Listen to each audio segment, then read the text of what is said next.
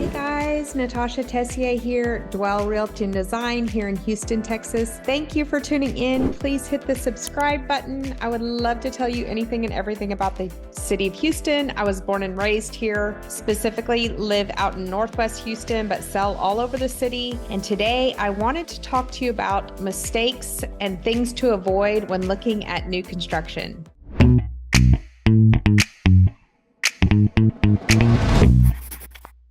Hey there, thanks for tuning in. Would love to hear a comment from you and hear where you're from. Even if you're looking later down the road or whenever, I would love to hear from you. I did a video walkthrough last week of Montgomery, and I'm going to do more of those. A lot of people seem to like those and say that it helps kind of out-of-town guests. But today, I'm going to tell you things you need to know when building new construction here in the city, and there's actually quite a bit. I just had somebody ask me, do you even need an agent for new construction? Technically, no, but I don't know why you wouldn't. So the builder pays our fees. It's already rolled in there. So if you don't have representation, the sales agent is going to get our fees, but they're representing the builder. They're not representing you. So they're not going to fight on your behalf like an agent would. And let me give you an example. Grass, for example, once you sign on the dotted line, the grass and the trees are yours. They will not come back and replace those. So the other day we were doing a walkthrough and the grass was already dead that the builder had installed. And I said, we're not going to sign anything till you get new sod put in, because we can't, because then my client's going to have to come in and replace all the grass. We paused our signing for 24 hours. They got somebody out there quickly because they wanted their money, and we got them new grass. Also, I've run so many inspections, third-party inspections for new construction for people. They're little things, but there might be nails in the roof. There might be one time a fireplace didn't have the right vent on it. I mean, the loop for the dishwasher is often missing. I mean, there's so many little things that if we're not doing outsider's inspection and then holding that builder to that list, then it makes it easier for them to get away with things. And they're going to say, oh, well, we do all these 3-point inspections and blah, blah, blah, but they're not somebody we've hired to go through and inspect the house on your behalf. So the first thing is kind of a weird trick of the trade. If you're looking for some quality, a lot of the builders will put the AC vents right near the windows, which is a good thing, so that it hits that window and it circulates back into the room, but it costs a little bit more money to do it that way. So not that it's an end all be all, but it can be. It's just looking for quality. Also, when you go up in the attic, like Meritage always does spray foam, and so do a couple others. Do they do quality? What kind of windows are they putting in? All those kind of things, those structural things are what we're looking for, not the color of the paint or things that are easily changed. Okay, and they do have to, even if those AC vents are not there,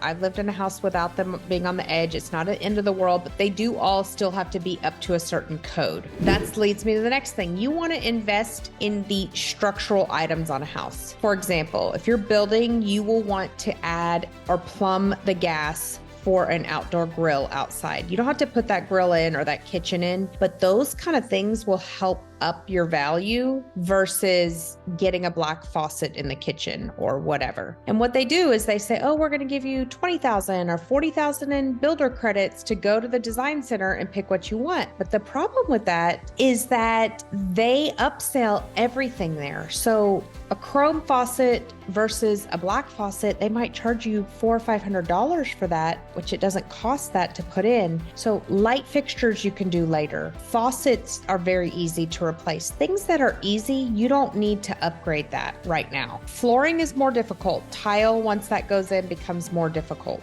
That might be an area that I would splurge, but not changing your paint color or not changing your light fixture or whatever. Those are things you can go to Wayfair and get great lights. You can go all over the place and get great lights, and that's an easy swap. So yeah, or adding a bathroom might be a great, addition. It's a structural addition. Elevation can be a good addition if it really makes the difference on the outside of the home when you go to sell. Is it have a lot more curb appeal? Things like that. Okay, so the next thing is going to be that you need to be prepared that, I know we're in 2023, building has calmed down, but there are still things on back order. So you might still have your appliances that are not coming in, and you need to be prepared on what are you going to do if that home, the builder is never held to that day that you sign.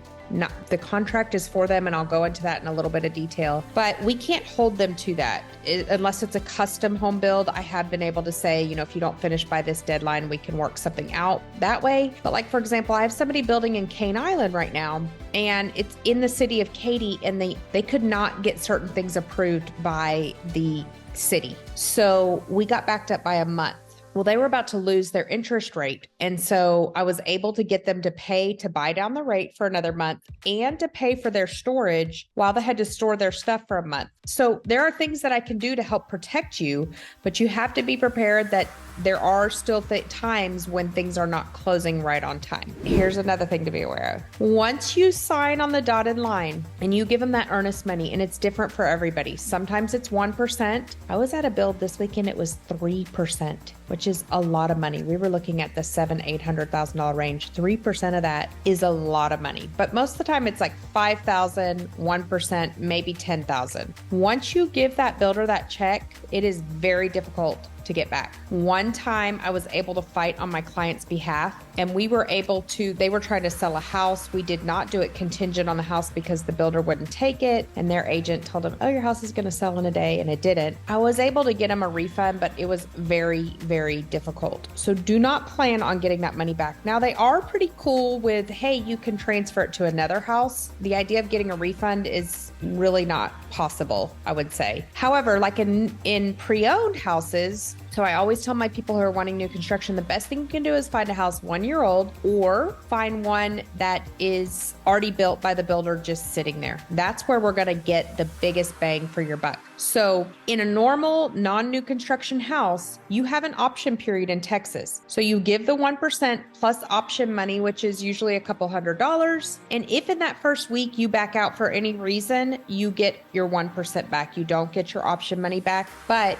you have a week to negotiate repairs, come in and see the house, whatever you need to do. And if this is not new construction, this is pre-owned, you have that option period to back out, and that's refundable. But in new construction, once they get it, it's more difficult. Now, another time I was able to write into the new construction contract that my client had 2 weeks to come see the house, and if they didn't like it, they would get a full refund. I am able to do that sometimes, but once that passes, that's it. I can't get it back. Another thing not to think about is you want to be prepared for the worst. So you don't want to go in purchasing at the top of your budget. Let's just say your budget's $500,000 and you buy right at $500 and you're maxed out and you have 9 months till you close. Well, what if the rates are 5% at the time that you put that under, and that's what they're, estimating your payments, and they go up to 6.5 like they are today? Then you can't afford it, or you're really stressed out. So don't go to the top of your budget. I always tell people, try to stay a little bit under what you qualify for, so you have a little bit of cushion just in case rates change or things change and you don't know about it. The next thing, I was talking about this earlier, the contract that we use for new construction is not a TREC contract. TREC is Texas Real Estate Commission. We don't have a lot of say in the builder's contracts. They are pretty standard, but we don't have a lot of say if, for example, the build is late, or, it's written in favor of the builder. So you have to be all in when you sign that. And, of course, I look over the contract, you look over the contract. If you want to, you can hire a lawyer to look over it too. But once you sign it, that's it. So we can't, and they're not going to change it. They're not going to change verbiage in that contract to fit you. Now that, like, I have had a few exceptions where, I had 2 weeks to check out little things like that written in, but all the major stuff to protect the builder is going to be in there. The next thing is, if your sales consultant promises you something, let's just say she says, I'll upgrade you, he or she, to hardwoods or tile, throughout the bottom floor. If she says that, but we don't have it in writing, there's not in Texas. If it's not written and signed, a verbal agreement is not going to work. So you can't go back and say, oh, well, we thought that you said blah, blah, blah, blah, blah. We have to have it in writing for it to be viable. So make sure if you're talking to the sales consultant, and I would be with you talking to him or her, we want it in writing that, if we don't close by this day, you're going to pay to extend the rate lock, or Whatever it may be that we're asking for, we need to have it in writing. And then let's talk about the builder's lender versus a regular lender. So yes, the builders always say, oh, we're offering 5, 10, 20,000 in closing costs if you use our lender. Sometimes that's a great route to go. And sometimes those deals are not beatable by a regular lender. However, oftentimes they are still charging you for that. So let's say they give you 10 grand in closing costs to close with them. Well, they're charging you that 10 grand somewhere, whether that be to buy down a rate or, all these rate locks and things like that. They're usually charging you. So I always tell my clients, go to at least 2 lenders. Once they pull credit, if they pull it within 28 days, they're not going to double hit your credit. You want to at least check out 2, maybe even 3 lenders and help them fight for your business. Help them know, like, I have one lender, I can send her a fee sheet and she can say, wow, that's an amazing deal. We can't beat that. Go sign today. Or she's going to say, hey, look, they're charging you $8,000 to buy down that rate. We're not charging for that. So you really, really have to be careful. And I always say, at least get 2 lenders against each other, don't just go to a builder and say, oh yeah, we'll get your lender and it's going to be great. And if you use this, you're getting this much in closing cost. I promise you're going to pay for it. Let me help you with that. Let your realtor help you with that. Get at least 2 lenders and figure out which one is going to give you the better deal in the long run. Oh, and sometimes on that lender thing, they'll say things like, well, I don't know if it'll fund in time if you use that lender, or they'll try to come up with these reasons. It always funds the same day in Texas.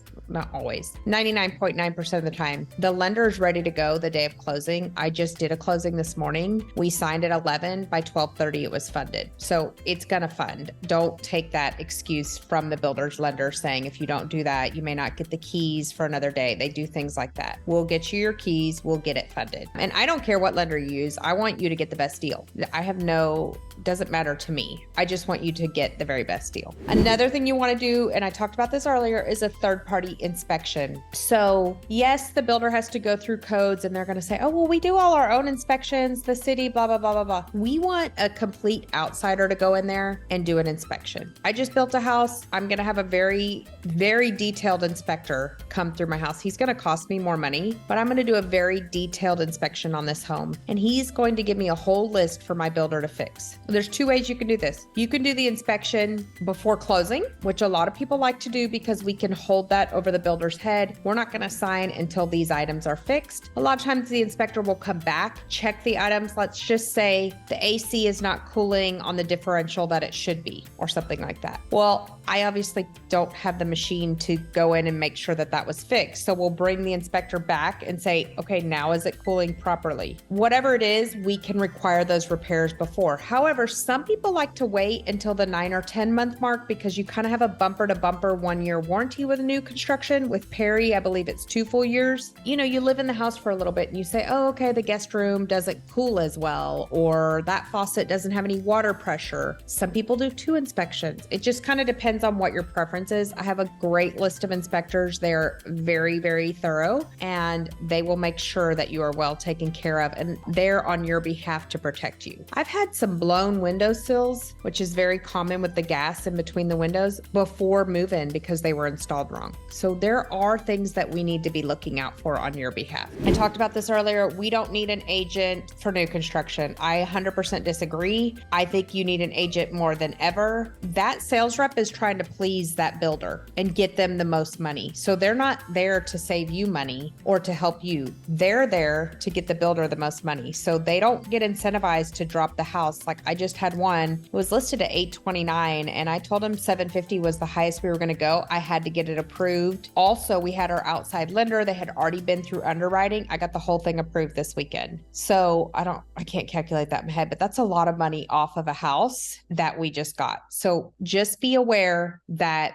you can get deals, but you need somebody in your corner. You need somebody fighting for you. I've gotten blinds, AC, all sorts of stuff. So yes, you definitely want to have an agent and you want that agent to have had a lot of new construction sales. What do we look for? When we do that final walkthrough, what are we looking for? We're blue taping the walls. We're looking for anything that's crooked, anything that needs to be caulked. I mean, there's just so many things to look through on that initial walkthrough and final walkthrough walkthrough and making sure that they know what they're looking for. You know, sometimes you'll go to new construction, think it's a great deal, and they don't even include sprinkler front and back, or gutters, or garage remotes. I mean, what all are you getting? What is included? And can we add those things in to get this deal done? Okay, so make sure you go with somebody. So make sure that you hire an agent that does a lot of new construction and knows what to look for and how to get you the best deal. Okay, and then going with that, when you do a final walkthrough, you know, we could say we're not gonna sign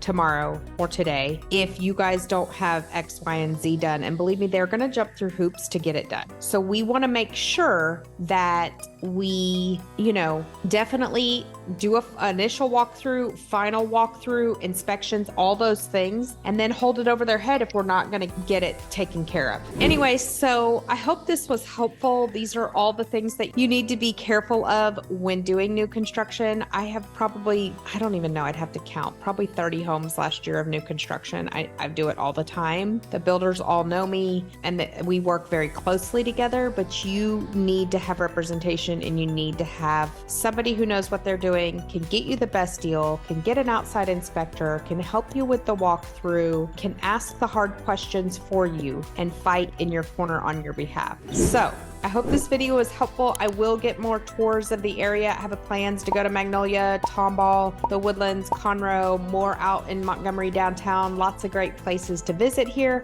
I'd love to help you with your move. Please feel free to reach out. We have a form below, or you can text me, call me, whatever, and we would be happy to assist you on your journey to Texas. And I hope you have a blessed day.